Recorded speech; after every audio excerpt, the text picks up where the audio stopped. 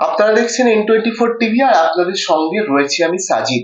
রাজ্যে বিধানসভা উপনির্বাচনে বিশ্রীভাবে হারার পর বিজেপির নেতা বিশেষ করে সুকান্ত মজুমদার, শুভেন্দু অধিকারীরা তারা কিন্তু সাফাই দিতে শুরু করেছে। তারা বলছে যে উপনির্বাচনের ফল সর্বদা শাসকের পক্ষেই যায়। উপনির্বাচনে কোন রকম নির্বাচন হয়নি, একেবারে গাজোয়ারি, রিগিং এইভাবেই কিন্তু ভোটে জিতেছে শাসক দল।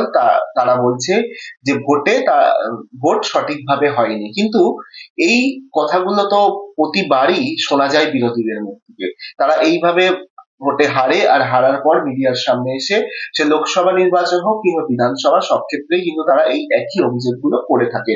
তো সেই নিয়ে এই উপনির্বাচনেও সেই একই পথেই শুভেন্দু অধিকারী তিনি এই কথাগুলো, এই অভিযোগগুলো তুলছেন এবং তিনি কিছু উদাহরণ দেওয়ারও চেষ্টা করেছেন। কিন্তু ব্যতিক্রম হলো এই যে যে বাম জমানায় 2007 থেকে 10-এ শাসক যখন বাম, তখন কিন্তু তারা কিন্তু বেশ কয়েকটি উপনির্বাচন, সম্ভবত 3টি উপনির্বাচন ওই 2007 থেকে 10-এর মধ্যে তারাও কিন্তু হেরেছিল।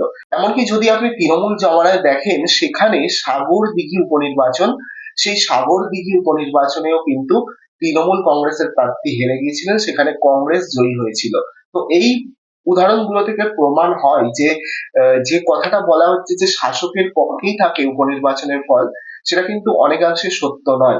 কিন্তু শুভেন্দু অধিকারী কিংবা সুকান্ত মজুমদার এরা এই কথা বলার পাশাপাশি এরা যে অভিযোগগুলো তুলছে, সেই অভিযোগগুলো হলো যে এখানে ভোট হয় না, সঠিকভাবে নির্বাচন হলে তারাই জিততো। এখানে রিগিং, ছাপ্পা থেকে শুরু করে গাজোয়ারি বা পুলিশের দ্বারা ভোট করানো হয়, এই সমস্ত ইত্যাদি অভিযোগ, যা প্রত্যেকটা শুধু উপনির্বাচন নয়, যে কোনো নির্বাচনেই তারা করে থাকে। কিন্তু এই যে অভিযোগ, এই যে অজুহাত, এইগুলো কিন্তু শুনতে নারাজ কেন্দ্রীয় নেতৃত্ব। ইতিমধ্যেই কয়েকদিন আগে কেন্দ্রীয় পর্যবেক্ষক এ রাজ্যের সুনীল বানসাল তিনি কিন্তু একটা ভার্চুয়াল বৈঠক ডাকেন। সেখানে বঙ্গ বিজেপির বিভিন্ন নেতৃত্বরা উপস্থিত ছিলেন। তিনি কিন্তু সেখানে বঙ্গ বিজেপির বিশেষ করে সাংসদ এবং বিধায়ক তাদেরকে কিন্তু তুলে ধরা করেন একেবারে। সেখানে তিনি বলেন যে এমপি এমএলএ তারা কিন্তু নিজের দায়িত্ব ঠিকঠাক ভাবে পালন করছে না, তারা নিজেদের এলাকায় ঠিকভাবে যান না, অন্য এলাকায় ঘুরে বেড়ান। তো সংগঠন মজবুত করার জন্য তাদের কোনো উদ্যোগ নেই। এ রাজ্যের যে পর্যবেক্ষক সুনীল বানসাল, তিনি কিন্তু এই বৈঠকে কিন্তু কড়াভাবে কিন্তু বিজেপি নেতৃত্বকে, বঙ্গ নেতৃত্বকে তাদেরকে কথা শুনিয়েছে এবং দায়িত্ব না পালন করলে বঙ্গ বিজেপি যে এই যে রাজ্যে ক্ষমতা, সেই ক্ষমতায় কিন্তু কখনোই আসতে পারবে না। 2026-এ যদি বাংলা জয় করতে হয়, তাহলে সাংসদ, বিধায়ক তাদের সকলকে একেবারে কোমর বেঁধে মাঠে নামতে হবে। তো সেই নিয়েই কিন্তু সতর্ক করেছে কেন্দ্রীয় পর্যবেক্ষক বঙ্গ বিজেপিকে।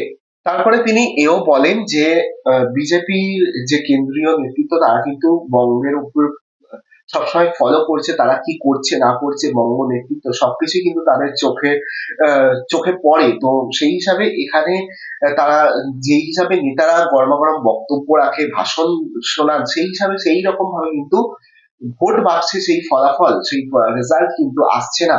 কেন্দ্রীয় পর্যবেক্ষক তিনি কিন্তু বঙ্গ বিজেপিকে কড়া ভাবে এই কথাগুলো শোনায়। তো এছাড়াও তিনি বলেন যে যে সদস্য সংগ্রহ অভিযান যেটা শুরু হয়েছিল কিছুদিন আগে, সেই সদস্য সংগ্রহ অভিযানে অমিত শাহ যিনি টার্গেট বেঁধে দিয়ে গিয়েছিলেন 1 কোটি, সেই টার্গেট পূরণ করা তো দূরের কথা, 10-12 দিনের মধ্যে 50 লক্ষে পৌঁছাতে পারেনি বিজেপি। তো সেই সদস্য সংগ্রহ অভিযান নিয়েও তিনি কিন্তু এদিন প্রশ্ন তোলেন। তিনি বলেন যে এই সদস্য সংগ্রহ অভিযান প্রত্যেকটা নেতা, প্রত্যেকটা জনপ্রতিনিধি তারা কিন্তু সঠিকভাবে পালন, এই জিনিসটা নিয়ে ভাবছেন না, এটাকে ততটা গুরুত্ব দিচ্ছেন না। তো সেই কারণেই এই সদস্য সংগ্রহ অভিযানের এমন হাল বলেও তিনি কিন্তু দাবি করেন। এছাড়া তিনি বলেন যে বিজেপির যে প্রাক্তন রয়েছে, যেমন দিলীপ ঘোষ, রাহুল সিনহা, এনাদেরকে কিন্তু কাজে লাগাতে হবে, এনাদেরকে ফ্রন্টে আনতে হবে। এনাদেরকে, যেহেতু এনারা একটা পুরনো মুখ, রাজ্য সভাপতি, পুরনো প্রাক্তন রাজ্য সভাপতি বলা যেতে পারে। দিলীপ ঘোষের আমলে বিজেপি 18টা সিট কিন্তু বাংলায় দখল করেছিল লোকসভায়, এবং বিধানসভায় 3 থেকে 77-এ পৌঁছেছিল এই দিলীপ ঘোষের সভাপতিত্বেই কিন্তু বলা যেতেই পারে। তো সেই কারণে দিলীপ ঘোষের মতো নেতা, রাহুল সিনহার মতো নেতৃত্বকে সামনে আনতে হবে, এমনও কিন্তু বলেন যে কেন্দ্রীয় পর্যবেক্ষক রয়েছেন এ রাজ্যের তিনি। ইতিমধ্যেই বিজেপির মধ্যেও কিন্তু একটা চর্চা শুরু হয়েছে যে এই রাজ্যে আর মাত্র 1 বছর থেকে 1.5 বছর, 1.5 বছর কম বলা যেতেই পারে, মেরে কেটেও 1 বছর ধরা যেতেই পারে। তো এই 1 বছর পরেই কিন্তু নির্বাচন 2026-এ।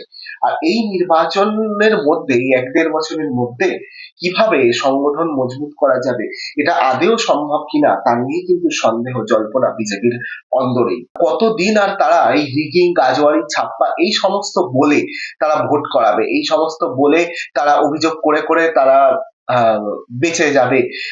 যে ভোটে প্রতিবার হারবে আর বারবারই তারা বলছে রিগিং, গাজোয়ারি, ছাপ্পা। তারা এত বড় দল, তারা কেন এই সমস্ত বিরুদ্ধে কঠোর ব্যবস্থা নিতে পারছে না, এটাও কিন্তু মানুষের প্রশ্ন। যে তারা বারবারই বলে আসছে যে রিগিং হচ্ছে, ভোট করাতে দিচ্ছে না শাসক দল। তো তারা তো রাজ্যের একটা আঞ্চলিক দলের বিরুদ্ধে অভিযোগ করছে, কিন্তু তারা তো সারা দেশে ক্ষমতায়।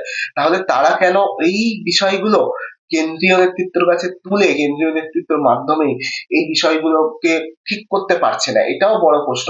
যদিও এই নির্বাচন, তারা যে অভিযোগগুলি করে এই অভিযোগগুলি কতটা গ্রহণযোগ্য তা তা এইটুকুতে পরিষ্কার যে এই যে নির্বাচন, এই নির্বাচনগুলো কিন্তু কেন্দ্রীয় পর্যবেক্ষক, কেন্দ্রীয় কমিশন তাদের দ্বারা হয়ে থাকে, নির্বাচন কমিশন।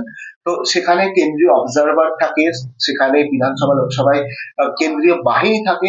তো সেই হিসাবে যদি শুভেন্দু অধিকারীরা এই অভিযোগই করে থাকে যে আহ, শাসক দল রাজওয়ারির মাধ্যমে ভোট করাচ্ছে, রিগিং এর মাধ্যমে ভোট করাচ্ছে, তাহলে কেন্দ্রীয় বাহিনী কি করছে, কেন্দ্রীয় অবজারভার কি করছে, কেন্দ্রীয় নির্বাচন কমিশন তারাই বা কি করছে? তাহলে উল্টো শুভেন্দু অধিকারীরা আঙুলটা কিন্তু সেই শাসক দলের বিরুদ্ধে অভিযোগ করলেও আঙুলটা কিন্তু সেই কেন্দ্রীয় নেতৃত্বের দিকেই তুলে দিচ্ছে, এমনটাও অনেকের মত।